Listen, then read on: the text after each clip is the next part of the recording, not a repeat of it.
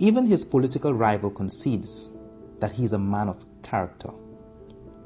When I did my research prior to announcing my candidacy, and I inquired of persons about Robert Lewis and what he's done in the constituency, everyone kept saying to me that Robert Lewis is a nice boy. Now it's perception.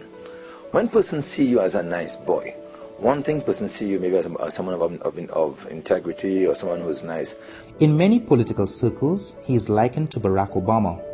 Humble, trustworthy, spiritual, and the leader all St. Lucians can be proud of. Dr. Robert Kennedy Lewis has been a lifelong educator. Holder of a PhD in mathematics, his teaching career's infancy was at the Cicero Combined School in 1984. In 2011, he is still at it as a professor of mathematics and statistics at Monroe College. His years of service to the nation, particularly in the field of education, and the thrust of his political campaign can be summed up in just a few words.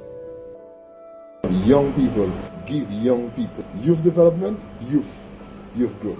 Every time I met a young person, we get a young person, but I invited the young people as well as their parents. In the 2006 general elections, he captured the Castries South seat for the St. Lucia Labour Party with 252 more votes than the UWP's Tessa Mangal. After 5 years of representation, he admits his greatest challenge is the creation of jobs and avenues for development for the youth of his community.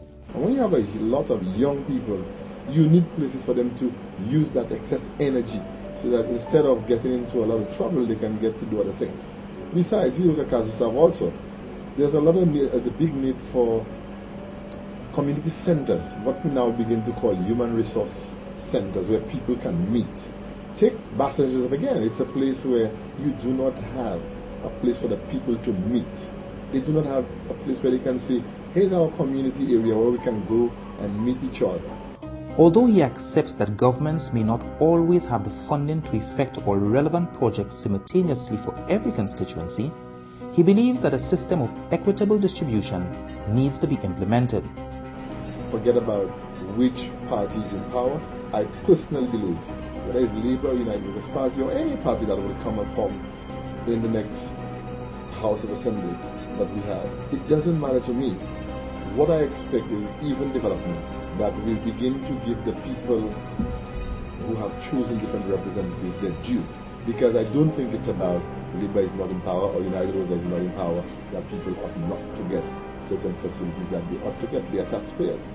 From 1985 to 1998, in an effort to acquire lands in the Castries waterfront area, almost 3,000 residents of Conway and other areas of St. Lucia had to be relocated to Cicero.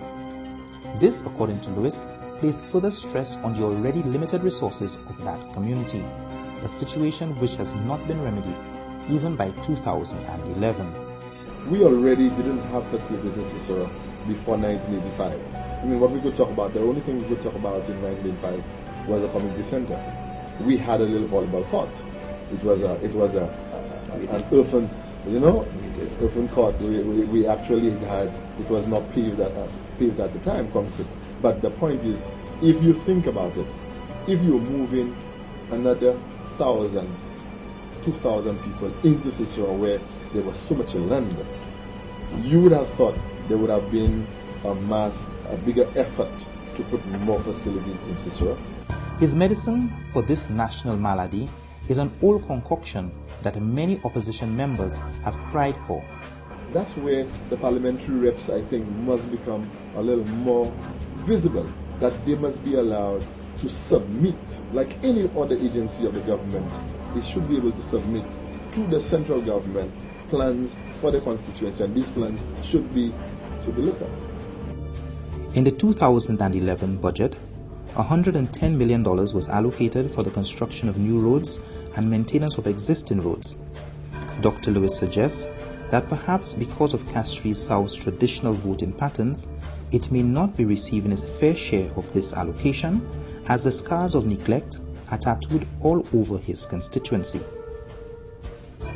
Marigo is a very important part of our tourism product, and if we have to let the roads in the community deteriorate to an extent where the bus drivers wouldn't want to come here, That will take away from a lot of the trade that takes place in this area. If you look right behind me, you can see the number of visitors who are here.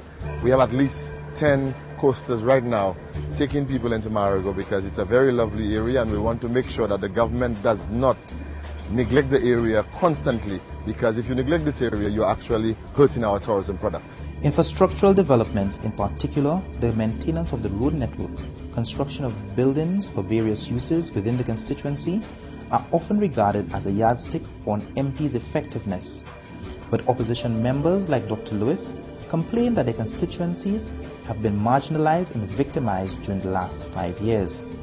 However, unlike others who take to the airwaves to complain, he has developed a model that some residents consider exemplary.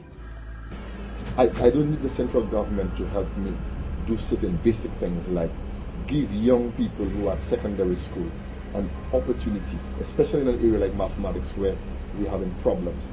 Every year, I would take students in fifth form and those who left fifth form who needed assistance in mathematics. I would go on and I would do what I call the mathematics workshop in Castries South, and that has been held every year since I'm in Parliament at the Cicero Combined School.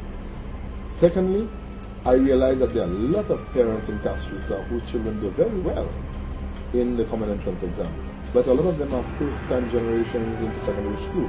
They don't have all the wherewithal to send their children to school.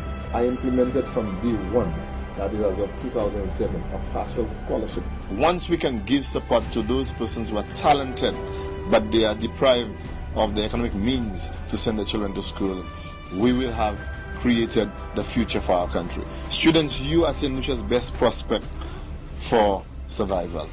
When our parents are gone, when I am gone, you are the ones who are going to be here creating progress and continuing this life that we call St. Lucia.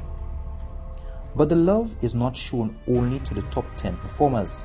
Several other students are recipients of bursaries from his constituency office. Because I realize one of the biggest problems for a lot of parents, especially when there's not work, is to get their children to school. There are people who cannot send their children to school because they say they'll tell you this children have no shoes. So we try to help in that regard. There are people who tell you that you can't get their children to school because their children need to get to Corinth or wherever they need to get. There's no bus. We try to have a fund to help some of these parents. My biggest accomplishments in terms youth development. Dr. Lewis explained his formula for effective representation. Representation comes when people do things outside of the central government. That, like me, I do things that I don't need the government to do. I would have my evening class every year for the past 5 years. I've done my class for students of Castries South and beyond Castries South. I have here in the Cicero Combined School. Anybody who's in fifth form or out of school, you are free to come. It's a free class every week for an hour and a half. And I think this is what representation is. The Cicero Seagulls was undeniably the greatest volleyball team in St. Lucia's sporting history. But by 2006, the team's impact on previous generations linger in the memories of the older folk, something the current MP has vowed to change. I came into office and the first thing I also did was to try to revamp the Cicero Seagulls. We realized with the help of some of these people, it was not going to really happen. So I encouraged them, well, if it's not going to be Seagulls, let us encourage the development of a youth group. And I think that was started as early as at least late 2007. So we can see these areas have been a very instrumental part of my thrust towards youth development. He's not able to do for us all the things that we want him to do for us.